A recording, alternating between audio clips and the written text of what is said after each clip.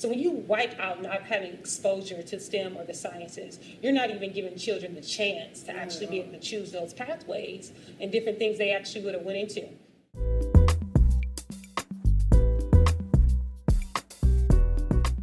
So we're here today with Deirdre Roberson and Alecia Gabriel, the founders of a company that I've known about for a few years now called the Lab Drawer. And it's a very interesting company. They're doing some good things here in Detroit. It's a company that is providing STEM plus arts education experiences for young people, and particularly for people in underserved communities. So I'm happy to be here with you all. Yeah, thanks for having me in your world headquarters. Yes. Yeah. And so the first thing I want to explore is just, where did this business come from? Where did you guys come from? So tell me about your origin story. I guess you're both here from Detroit? Yeah, both from Detroit. Actually, we met in high school at Cass Technical High School. Cass Tech, okay. And so I'm a year older than Deirdre. So, two. Yes, that's right. But class-wise, only one. So while we were in high school, we got connected. Deirdre will tell probably more about how we met and whatnot, but basically ended up at going to college, going to undergrad at Xavier University of Louisiana, the HBCU. So for people who don't know, because everybody listening to this may not know about Cass Technical High School. Yeah. That's the legendary kind of magnet school in the Detroit area for technical careers.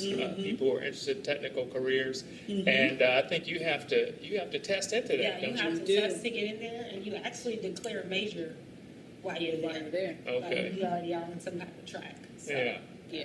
So you both went to Cass. Yep. So we both went to Cass. So I was actually studying for algebra honors and needed some help, and so I walked into the study. I don't even know if it was a study aid. I was somewhere people go to do work, and the issues in there. And I'm just like working for a teacher. I was working for a math teacher. And so I've never had an issue with asking for help. So I would come into Alecia like, hey, I don't know you, but I need some help. And we started talking. She starts helping me with my algebra honors, but then also she starts telling me about Xavier University. I actually found out about Xavier because Alecia was going there. And she's talking about, this is school. It makes black doctors. It makes black scientists. And we're kind of just having that conversation. So I don't know if we even met outside of that while we were in high school. That was probably like our one big connection. She told me about the school. We went our separate ways. She graduated. Then I ended up going to Xavier, running back into her. Oh, wow. So you didn't know that she had gone to Xavier? I assumed, but we only had this. It's crazy. Not to think about it, that was our interaction in high school. Oh, wow. Probably over a couple hours just talking. Yeah. And when I got to Xavier, I'm like, hey, kind of like, remember me? And we just drove up again. She's a class ahead of me, so, I'm a freshman, so, she got her life going. And then, one of the things is she did refer me her job in the lab. Yeah. So that was another connection. I was like, I need a job. She was like, you want to work in the lab? And then she kind of referred me the job in the lab that she was working or moving on for something. Yeah. So that was just another connection. But it's wild how these small connections just be. So Xavier, I know of Xavier. Xavier is in Louisiana. Is it what town is it in? It is in New Orleans. New Orleans. Okay. That must have been okay. It must have been nice. You can see it right off of the highway. Yes. Okay. It was a good time. So you all studied what in college? I was a biochemistry major, minored in biology, and then I did some additional English and music study. I was a chemistry major. I was chemistry pre-med at the time, and I minored in biology. And I remember my first year, I thought I was going to double minor in political science. That was a snoozer. I was like, I'm so passionate about what's happening in the world. And then I was like, chemistry major, biology minor. Okay. So you came out years later with a PhD in? Yes, in bioorganic chemistry. But I stayed in Louisiana and attended Louisiana State University. And I was very fortunate at that time because I got a fellowship, so I didn't have to spend the years being a TA, so I only TA for about a year, and then the rest of the time I could spend, working on research and things of that sort. So Okay. that was a good experience. So you got your PhD from Louisiana State, and you got your master's degree. From University of Detroit Mercy. Okay. So I actually came home Came and back did my home. master's degree. I actually didn't want to, but I've started working since I was 14. I paid my way through school. So I've always been doing multiple things. Yeah. And so I came back home because it was most feasible for me to do my master's work at home. Okay. So I'm talking to students nowadays, and one of the things that they are asking me about is, should I think about starting a business right after college, or should I wait a few years, get some job experience, and then think about starting a business? You all didn't start this business right after school. You both went to work, right? Yeah, Absolutely. So tell me about that. So after my PhD, I actually got a job doing postdoc research, and managed a grant at U of M in the School of Microbiology and Immunology and School of Nursing. And then after that, I actually ended up moving industries altogether, so moving out of academic research, and I ended up working in the automotive and aerospace industries, both as a consultant, and then I did some global coordination for one of the automotive suppliers that I worked for. So a lot of a bigger global job that I ended up taking. Using your Using my chemistry chemistry background. Yeah. Absolutely. Injection molded plastics and a lot of chemical characterization and that kind of thing. Yeah. How about you, Deirdre? Yeah, so I think my journey is very different from the fact that I've always worked since I was 14. And I think that's kind of gives me my edge. I've always been doing multiple things, being curiosity, learning across industries. So after I completed my master's, and actually while I was doing my master's at University of Detroit Mercy, I actually ran the drug testing program from MGM Grand Casino. So in between classes, I would be like making sure I oversee drug testing. I'm like not even 23 at this point. And I know they're like, I'm coming into the casino. They carded me just to get through the door. But anytime anybody got hired or promoted at the casino, they had to go through at every promotion, every increase, or any new employees. And so I was working for a drug testing facility at that time that did hair testing. And so you couldn't escape, you couldn't like move through that. There was no, getting around that one. It goes back to 90 days, and it can work either way. So I was working for a drug testing company while I was finishing my master's degree at the University of Detroit Mercy. After that, I actually did some temporary work in companies like BASF, working on polymers, and like somebody was in maternity leave. Then I actually worked as an environmental scientist for the city of Detroit. I give this job some of the openings that I got to entrepreneurship. Being an environmental scientist, I got to see so many industries. So a year for me would be like approving the opening of the Little Caesars Arena, being on the track of the Grand Prix, assessing health and safety, being at a music festival behind scenes, like the same thing, but also like being in all these facilities and seeing all these operators. Yeah. And it makes me laugh because I think about the conversation Obama had. Like, I've been at the tables with all these people, and you know what? They ain't really all that bright. And I'm just like, y'all out here running businesses. I have to like really start learning from these people. And I think my curiosity and learning and making relationships like helped spur that entrepreneurial spirit in me, as well as the drug testing company I was working for was pretty much my godmom. And how I even got, and I got to see her run a business. And I never loved my jobs. And I knew, and I was like, there's a better way. I will always enter the job market and be like, I'm going to figure out what they're doing here, and then I'll have a plan. I'm telling my friends, like, well, we got to do this, and we can rise to the top of the job, and it will always be somebody that'll be like, psych. And, and I'm just like, even when I try to do the thing, there's always a ceiling. And I'm like, how can I build my own thing and have impact? And like in every space that I was working, one of the things I did for the city of Detroit is it's a huge Hispanic community. And when we do the license and regulation, they wouldn't send out none of the regulation in Spanish. That community has been there for 50 years. So I literally pushed, and we got it out in Spanish, Mandarin, Arabic. So for all the restaurants in the city now, they have the translations. And I'm like, it's always impact center, how you can help people, how can you change what's happening. But I've noticed in all the different places I work, they weren't trying to hear that. This always like, this is how we run our place. And I always thought to myself, if I'm able to build something, it's not going to be like that. It's going to make sure it has impact and take in consideration the people it serves. Yeah. And then I did go and work at the Michigan Science Center. We were already starting our idea for Motor City STEAM. So I always have to learn from what's happening. So you all are back in the city for some years working. Yes. You're working in industry. You're working different things around the city. Absolutely. How did you happen to reconnect, and where did this lab drawer idea come from? We reconnected across a couple things. Yeah. Hanging out.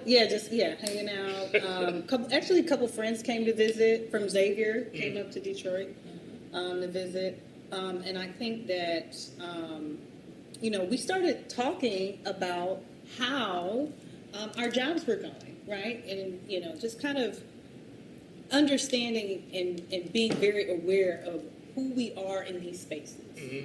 And many times over, we would be the only person of color, the only black person, and many times over, at least since I'm working in the automotive and aerospace industries with many engineers, I would be the only woman in the space. And so we're like, we are from Detroit. Yeah. Why is this happening? Why is this happening?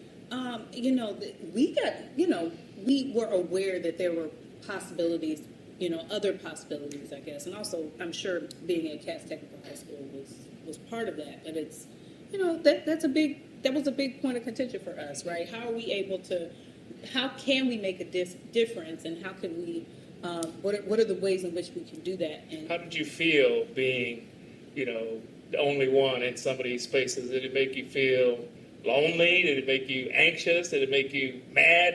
How did you feel? I mean, I know for me, I'm going to say a little bit of everything. And I mean, the levels of microaggressions that I got, it got to a point where it was exhausting, to be honest. But I think one of the things I noticed is they don't get my jokes. I would make the running, line, like you're trying to communicate with somebody, you're trying to talk about something, and it's just like, oh, they don't even get my jokes or who I am as a person.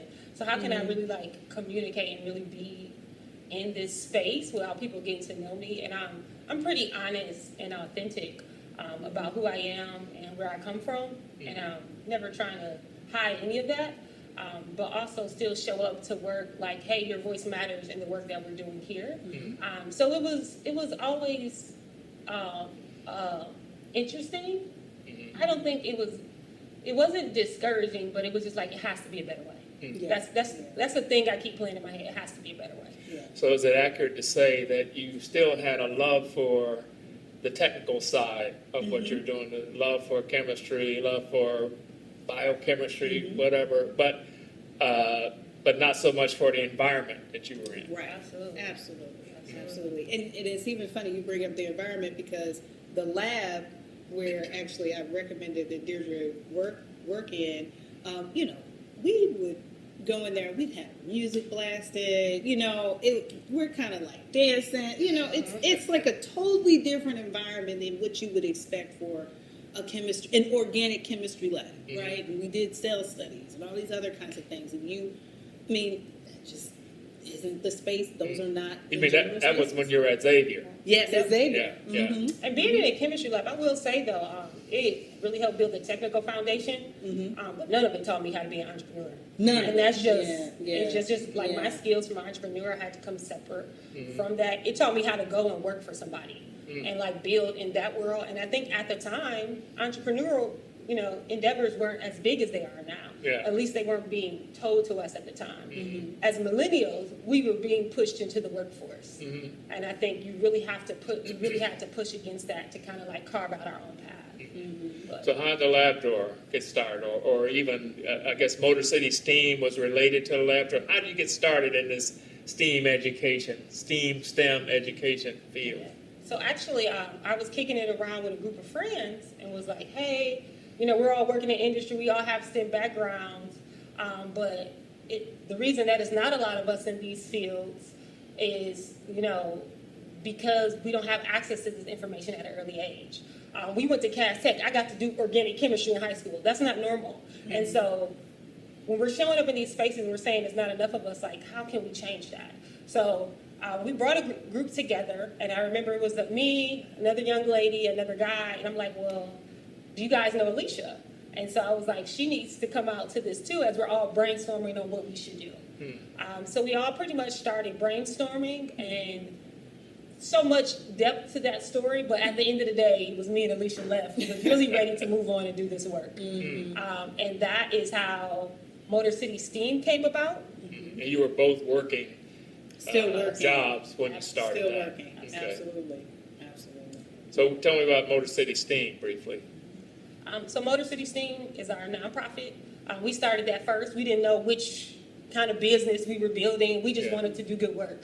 So Motor City STEAM got started as a nonprofit. We would go out, work in schools or like youth service organizations, do a pop-up event. It really had no structure, but we wanted to do good. And we wanted to do good to giving students access to STEM and making sure they were aware of their different career fields that they can go into. Okay. And that's kind of was how it started.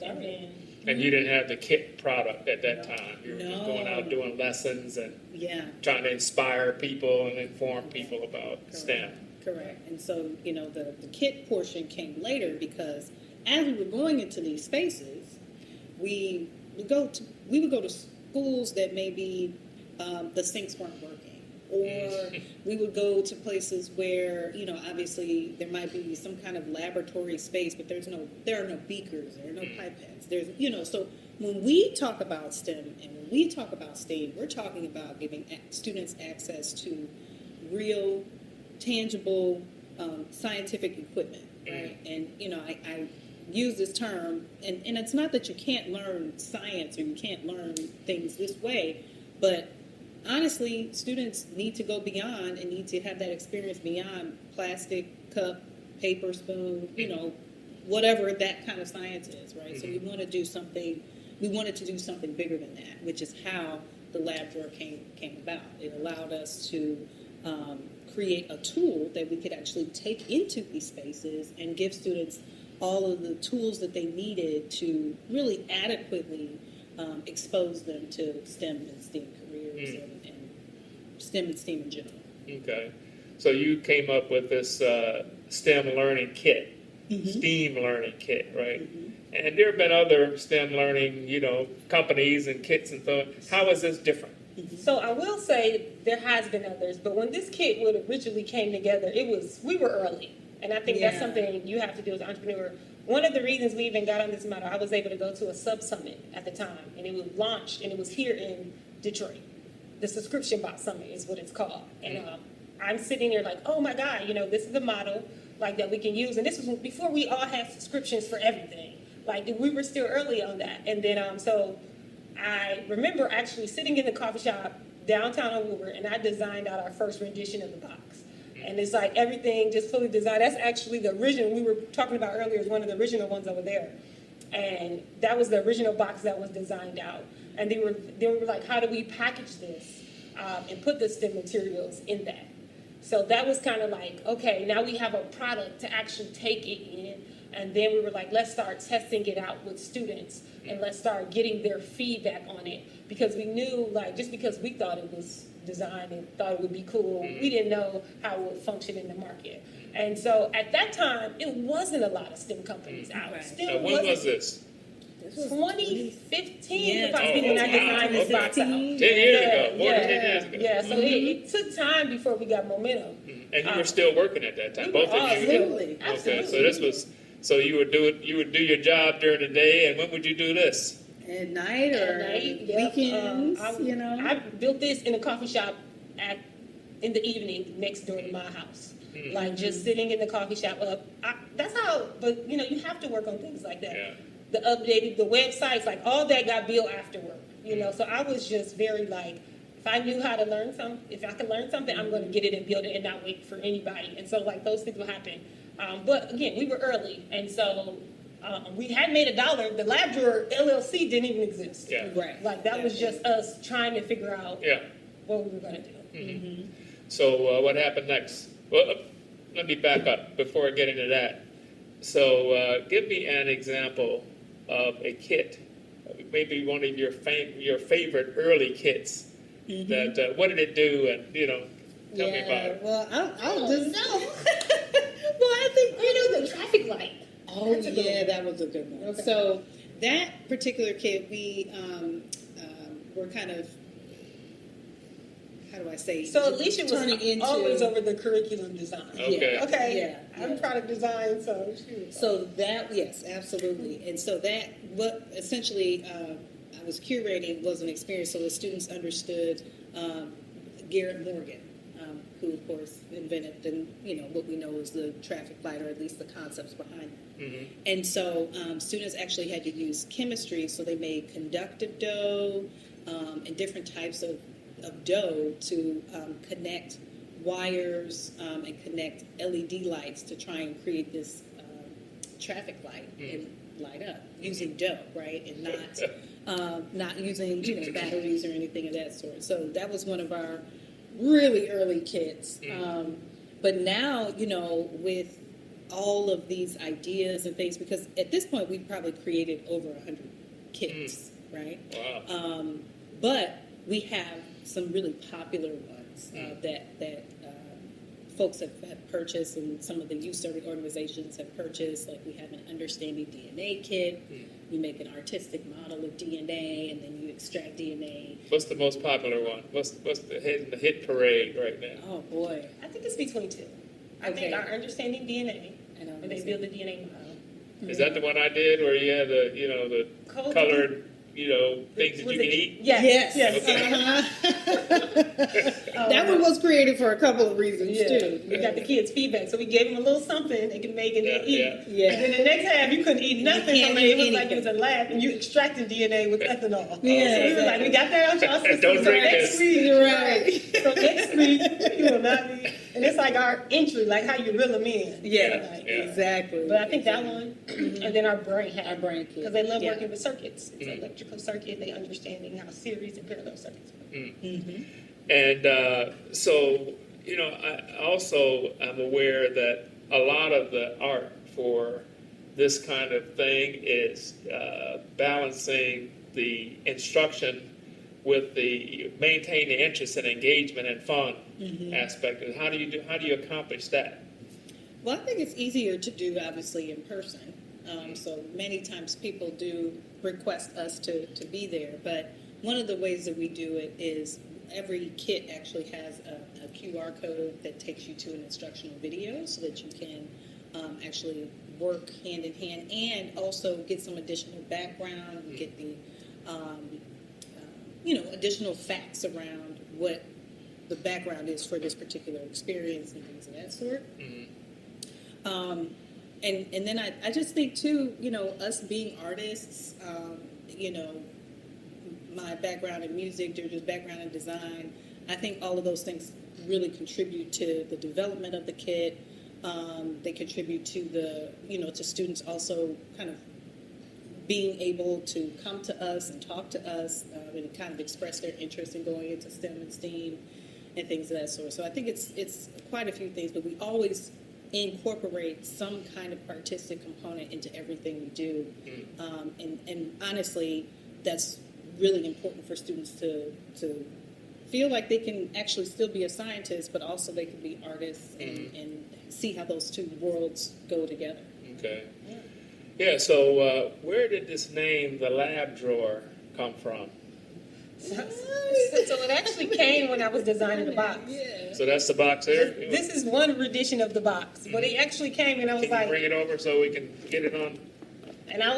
and we were sitting in a coffee shop and we were trying to think of a name and I'm like, well, the box looks like a lab drawer. Okay, where you would have your name on the front. So that's one, yep. And that is the modified version. Hematology.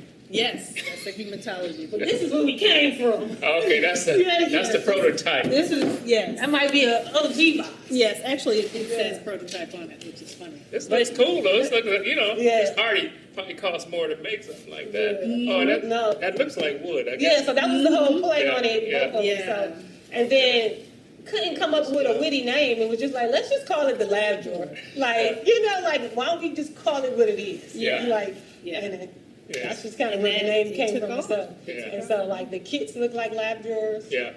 The company's going to be named Lab Drawers. Okay. And that's where it kind of came from. Just pretty simplistic, Yeah. but also it helps us to drive the point home and Yeah. students understand, because sometimes students aren't getting these science classrooms or these lab drawers in class. Yeah. So we wanted to bring that to them. Yeah. So just preparing their mind for what Yeah. does it feel like to take on these elevated science classes and to like have your own lab and to have your materials and kind Yeah. of just exposing them to that Yeah. as well. So before we get to the business model, I want to delve into the philosophy a little bit because, you start out indicating that you were the only one in your field, the only person of color or the only woman, and I would like to have more of an understanding as to why do you feel like that's the case, and what's needed to address that, and how does this address that? I think it's the case for several reasons. Obviously, I mean, one of the things that we're trying to address is just overall exposure and access, right? So I think that, historically, particularly talking about black people and the black experience in America, we weren't offered opportunities to be exposed to science. I mean, for example, if you, my parents were, particularly my mom who grew up in Oklahoma, she was talking about even the books that she got before integration, right? She had never seen a new book, a new textbook until she was like a senior in high school, right? So, those are the kinds of things that I know that's part of the reason why. So you've got these social and systemic issues that are, of course, permeating. To access to the information and to the instruction. Absolutely. Okay. And so I think that's one piece of it. And then I also think that it's important for students to be able to see other scientists and to see other people who have their interests, right? Or who have their interests, who might have done something, maybe they're into, art, or maybe they're into mixing things, or, what have you, but they have to be able to kind of see someone who looks like them to make it feel more familiar, right? And I think those are the two things that I'd probably say. I don't know if you want to add to that, but... Yeah, and I think students need to know that this, too, is a possibility for you. And if you don't get exposed to these things earlier, you don't even put that in your lens or in your goals. Like, none of us end up where we are by accident, right? It's things that you're seeing, it's things that you're experiencing, it's things that you're being exposed to. So when you wipe out not having exposure to STEM or the sciences, you're not even giving children the chance to actually be able to choose those pathways and different things they actually would have went into.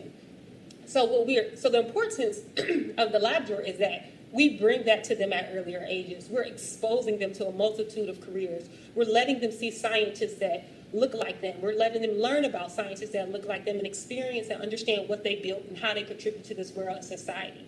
And I think we have to connect those dots for children, and we have to connect those dots earlier if we want those outcomes to show up later, not only in them and their communities, but in the world. Okay. And the more diverse people we have working on topics and ideas, the better the outcome.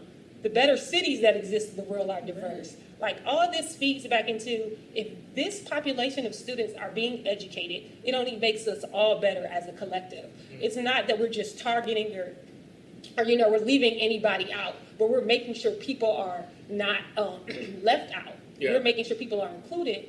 So, tomorrow for all of us is better. And I think once we start seeing that collectively as a world, we'll start building together and changing things together, and it becomes better for everyone. Yeah. So. Okay. So getting to the business aspect of it, how this thing works. So the product is the lab drawer, these kits, and who are you targeting? Who are you selling? Who's your customer? So our customer primarily has been school districts. It's been youth-serving organizations, K-12 STEM organizations or STEM programs at universities, things of that sort. But it's the customers that we have all service K through 12 students in some way. So it's a B2B sale in terms of B2B. customer, but the user is a K to 12 person. Student, yeah. So I've seen other subscription kits where they're like direct to consumer kinds of things, or things you go buy at the store, one-off kinds of things. How did you arrive at this model where you're selling B2B? So at the end of the day, we want to make an impact. But in order to make an impact, you have to make money. There you go. We were not getting enough contracts with our D2C, B2C. And then we started getting large contracts with our B2B. So we weren't never like, this is how it has to work. But we also follow what worked. Not only what was bringing revenue, but the same thing that was paying us more was helping us reach more students. Exactly. So we were able to reach both our goals by going B2B. So even though we still do have some direct-to-customer options on our website, majority of our business is B2B. And that's simply how we arrived there. We have The to marketplace told you. Yeah, that, absolutely. basically. Exactly. Okay. Exactly. So give me an example of a B2B customer and how it worked. So one of our bigger customers, at least I'll say one of our first customers was National Society of Black Engineers, for example. So they were running summer programming for one of their programs, and they asked for many different kits for the students to use as supplemental learning for the students over the summer. And so that was probably one of our first customers that we interacted with who needed this, and they needed thousands of students to have access to the kits.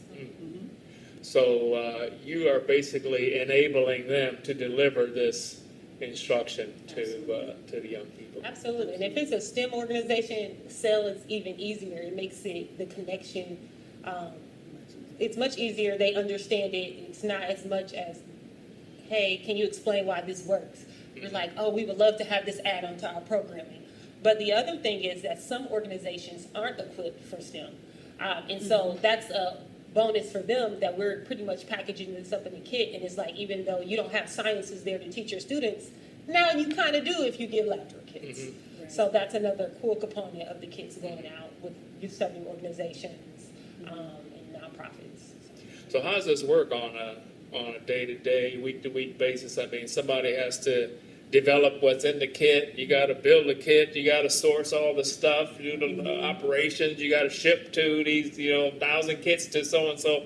How do you sort that out? How do you do that? Yeah, so it's many parts, It and is. we kind of split up the work. But we also, right now, and for a long time, we actually never packaged the boxes ourselves or the kits. We have a team that helps us with that. We employ people to do pretty much the light manufacturing. But overall, Alecia designs the curriculum. I'll come in with some creative aspects and design even some of our cards to tell the stories that goes inside of each kit, because that's another important thing. We want them to be connected with the work and someone who actually had a hand in the work of the experience they're doing. And then we get them out. So that's kind of what it looks like. And logistically, we are shipping out thousands sometimes all across the country. We've shipped to 8 countries across the globe, but it starts from idea, and everything pretty much goes from idea to going out the door right here in our facility. So the revenue is the price of these kits that you get from, and what are the main costs? I guess making the kits. What else? Yeah. I mean the actual material that goes in the kits. Materials. What are the other costs that go into this thing? Materials that go into the kit, the actual cost of the box, depending on how many we order at the Exactly. I time. was going to say the cost of the box. Yeah, then also the shipping Yeah. of going into them. Like, we haven't had to do a lot of marketing just yet, but as we grow, those are the other things that we're thinking. But right now, it's materials that go inside the actual box itself, and the shipping and the logistics, and then of course, like our team that's being hired to put together the kits. Yeah. Our cost for that. And then this wonderful Oh, and this headquarters facility here. Yeah, we have to definitely pay for that. We pay a lot of bills. Yes. So you all have been at this, as you said, from the original idea for about 10 years. Is it fair to say that you feel like you have validated this B2B business model, that works, that's a good way forward? Definitely think we validated it. Yep. Yeah. I mean, the amount of money we made, we validated it. Yeah. Yeah, Absolutely. absolutely. So what's next? How do you take this, once we talk in terms of business model terms, like a problem solution fit. Seems like you've solved that, right? You've done that, and then you get to customer validation. Does the business model work? You got this B2B business model. Once you determine that works, the next thing is, okay, let's scale this thing, right? And that seems like where you are now, right? So how do you scale it? Well, no, go ahead. I think that's the place we are right now. And we are trying to figure out what's the best pathway forward to scaling it. I think we're also making some adjustments to what's happening right now collectively around the United States. When you think about the job market, when you think about nonprofits scaling back on their costs and different things being defunded. So we're trying to strategically target organizations that budgets may have had some protection from what's happening right now, and we can still reach our end user as students. I mean, our end users who are the students. Yeah. So that is like, we still have the same goal, and we're still working with the same product to grow there, but we're having to get a little more creative about who helps us deliver this. The goal at the end of the day is to reach the students. It is so many ways to reach the students and so many different organizations to do that. And right now we're trying to pinpoint which organizations are still able to help us do that work. And so how does that change? How does that look? What kind of change are you considering there? You were dealing with these youth-serving organizations, as you indicated. What are you thinking about now? What other directions? Yeah, so I think the youth-serving organizations, they still aren't off the table, right? But we want to make sure that as we talk about youth-serving organizations, we are looking for partners who really want to make that bigger impact. And that also probably includes going to corporations, for example, and ensuring that, those corporations understand, hey, we can assist you with your future pipeline, right? And that's always been part of what we've been doing.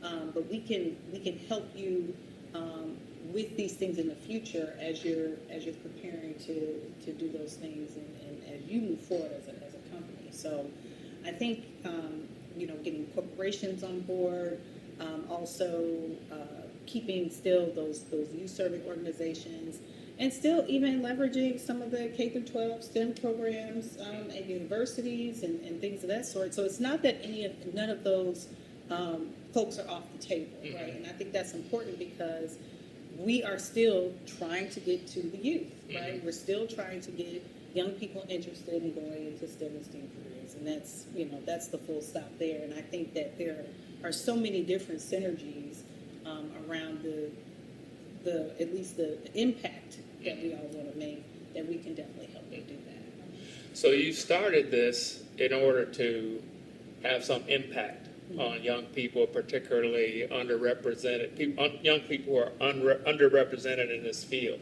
So what kind of impact have you seen so far? Ooh, we've seen a lot of impacts. Almost 60,000 kids sent out. 60,000. Yeah, almost 60. Almost 85% of those to Black and Brown students. Let me see, 60,000 times $50.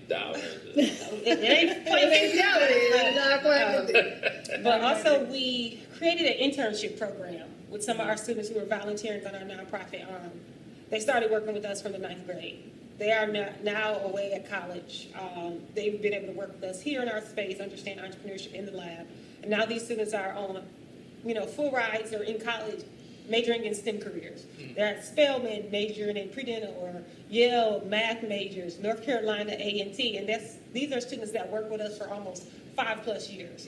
And so it's really cool now because you're starting to see the impact of your work. I think when people start something that's built with impact, everybody asks you what's the impact, and you kind of need a little bit of time to actually quantify that.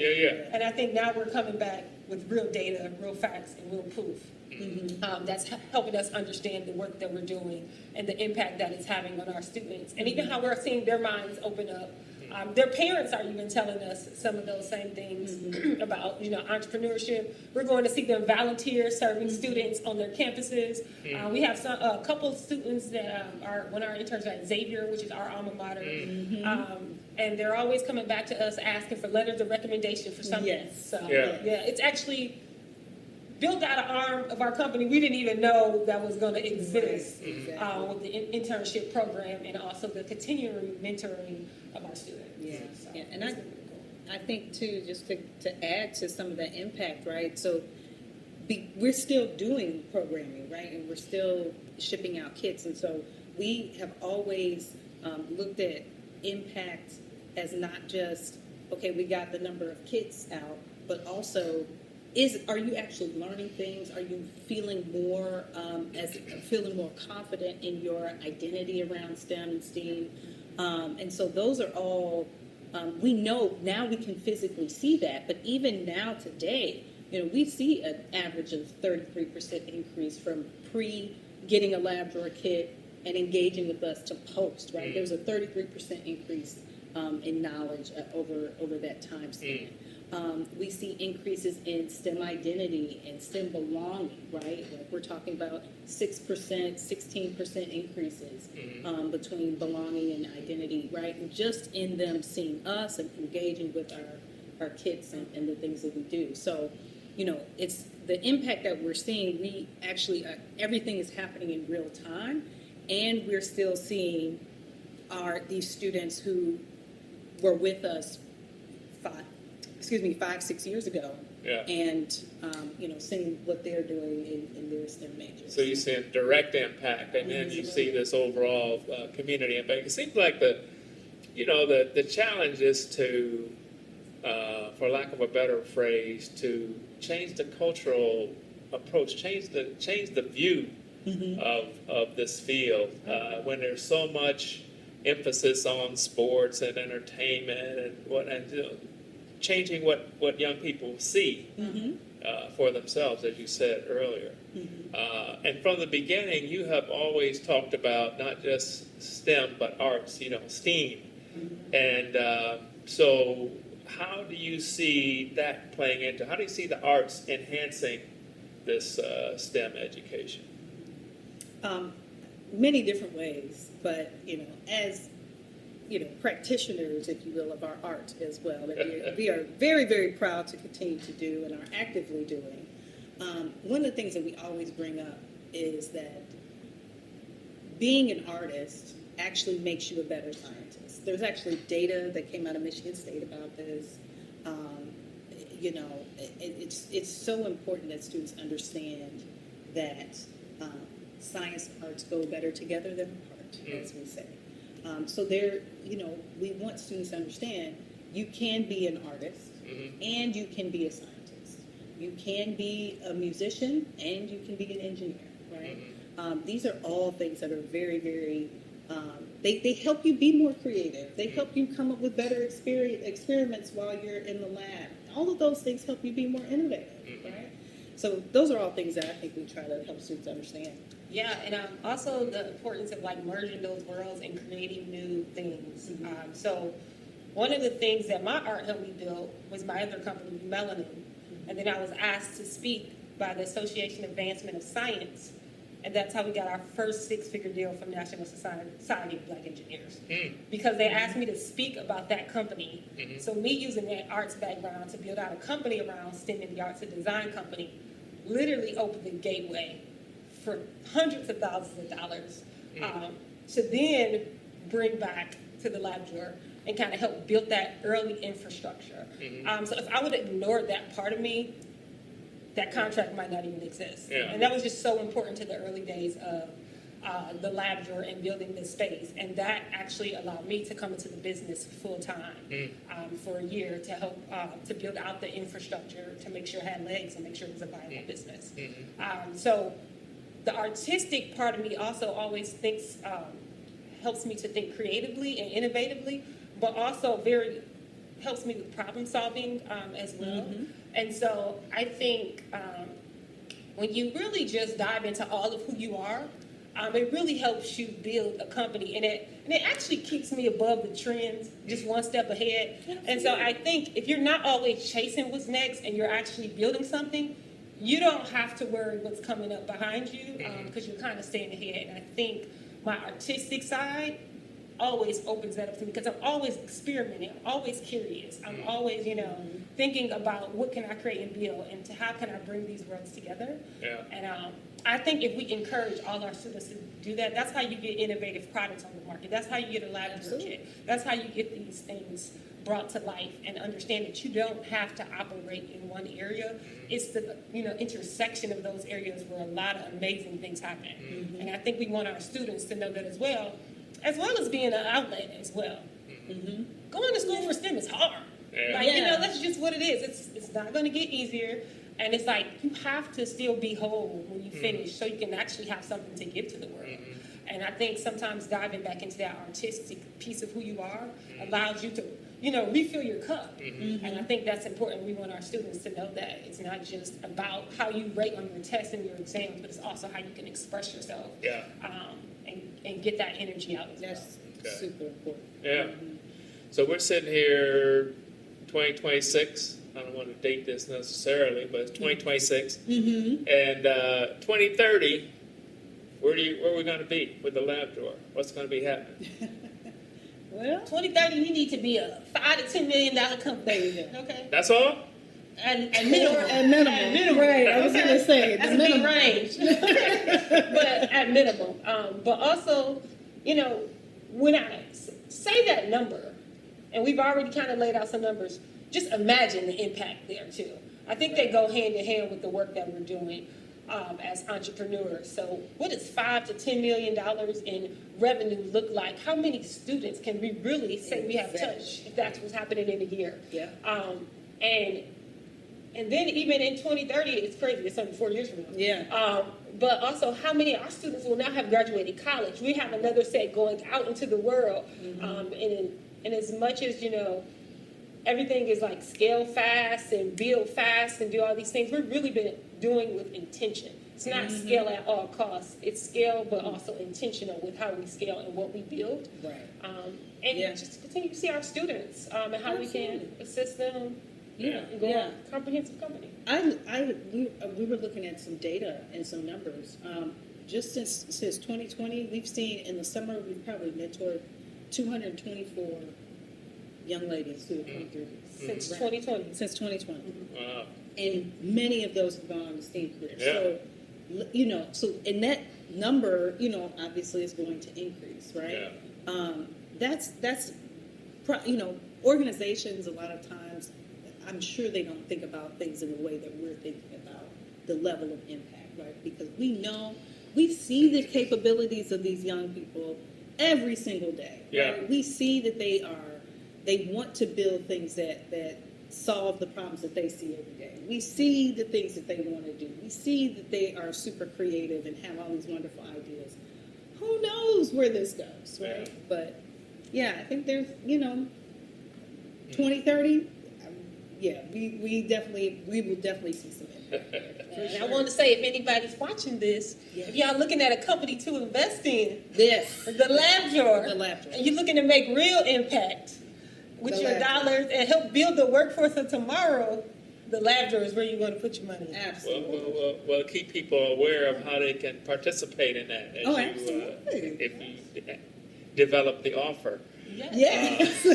So the last thing I'm going to ask you about is, the topic of the day, of course, is AI, right?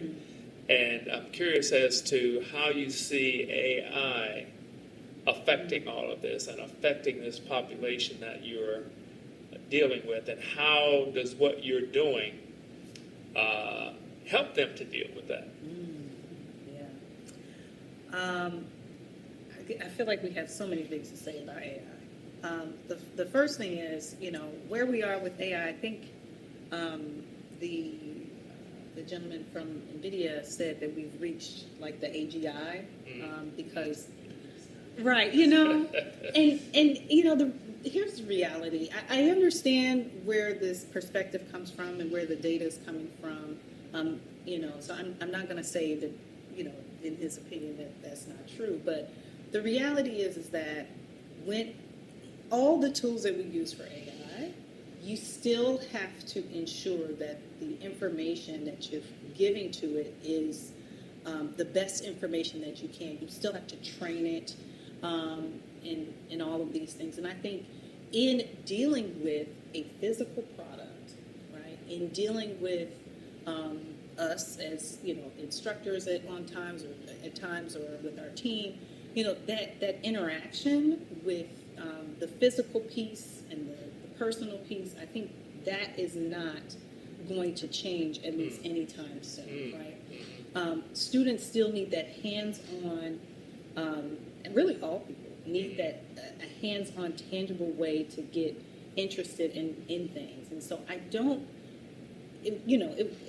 I could be proven wrong, but I'm 100% convinced at this time that this physical lab drawer and these physical things that we're doing, it's not going to go anywhere very, very soon. Well, it seems like it could be more important than ever because we need to be able to, if we're human beings, it helps to understand our physical world Exactly. and where we fit in that, and being comfortable in that physical world rather than being sucked into this other world. And I think we want to use it as a partner with what we're developing. I think For sure. we're millennials. We brought in technology. We're not ignoring it at any cost. It helps us better in our workflow. We use it as a partner in our workflow. So why would we ignore using it as a partner with what we're building and how we can implement it with our students? Yeah. We know there's so many things happening with AI. There's so many different voices about where it could go wrong, where it could be good, how it can make things obsolete. But a lot of the careers we are trying to prepare these students for, they're still going to need physical workers as well. When you think about some of the STEM careers, not that they're not going to phase some things out, but it's going to get more and more important that you understand deeper concepts and that you can actually work with whether you think about with your hands or chemistry or physical science as a whole. But also we've been talking to corporations and they're asking there's a shortage in nurses. There's a shortage in water chemists for Great Lakes Water Authority. We've been talking to companies. They need more engineers. These different things are happening. And I think you even sent it to me. It was a post talking about how trades are becoming more and more popular as well, and like how investment dollars are moving there. But there's also a sense of material you have to understand that I think we're also providing students with the way they learn and how ideas connect as well. So we definitely want to use it in a partner as how we grow our product, how we grow our company. We're open. We're open to it. We don't see that it's pushing us out the way, but hopefully it allows us to make more impact and scale as well as a company. But I just feel like it's so many things out there. I don't want to say I'm too sure either way, but we're going to see how we can actually utilize these materials that are coming out through AI and how our students can actually use it as well to leverage the playing field. Some of the same things that we have when other techs were being available, being developed as well. Like when we think about equity in AI, when we think about equity, in tech, like some of these same issues are going to come up because they're being developed by the same people. So we're not seeing that any of these issues are necessarily going to go away unless we are very intentional about how we build with them, build alongside them, and include our students who we serve. So to conclude, about 10, 11 years ago, you guys chose a different path than the standard, let's go get a job and let's just do our thing. How do you feel about your choice today, 10, 11 years down the road? I don't regret my choice at all. I think that this is probably more aligned with my personal values, and also allows me to be as creative as I want to be whenever I want to be. I think that's, for me, gives me life, right? That's what energizes me on a day-to-day basis. And I think, entrepreneurship is not for everyone, right? And that's okay. But I think for me, it's been an up and down journey, but it's been a great journey, and I definitely don't regret making that choice. I wouldn't have it any other way. I think I was destined to be here. I think I was destined to build things. I've always been ahead of the curve. And when it's all said and done, I plan on being one of the greatest entrepreneurs that ever walked this earth. And I feel like I'm just getting started. All right. Well, We like that. That's great. Well, I really appreciate. I'm glad that you guys, after all this time, I've known you for a few years. You've maintained this enthusiasm, and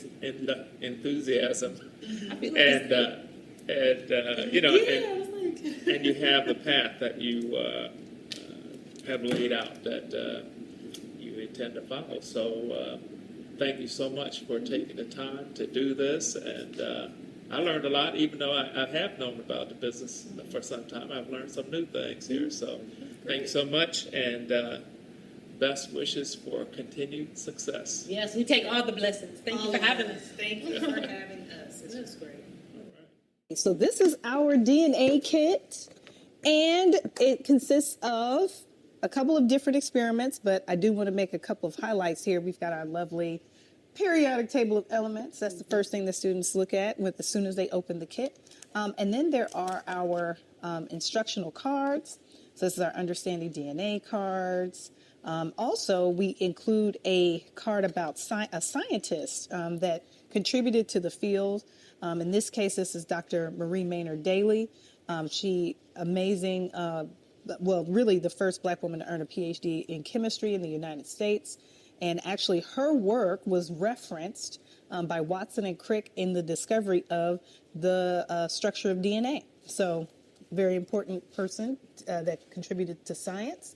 And so we've got 2 experiments, our artistic model of DNA. And then if you look in experiment 2, students get all the things they need to do that.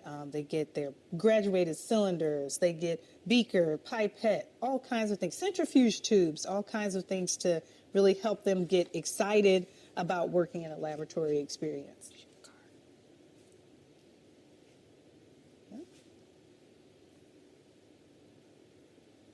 Yeah, and then I'll show you this card too.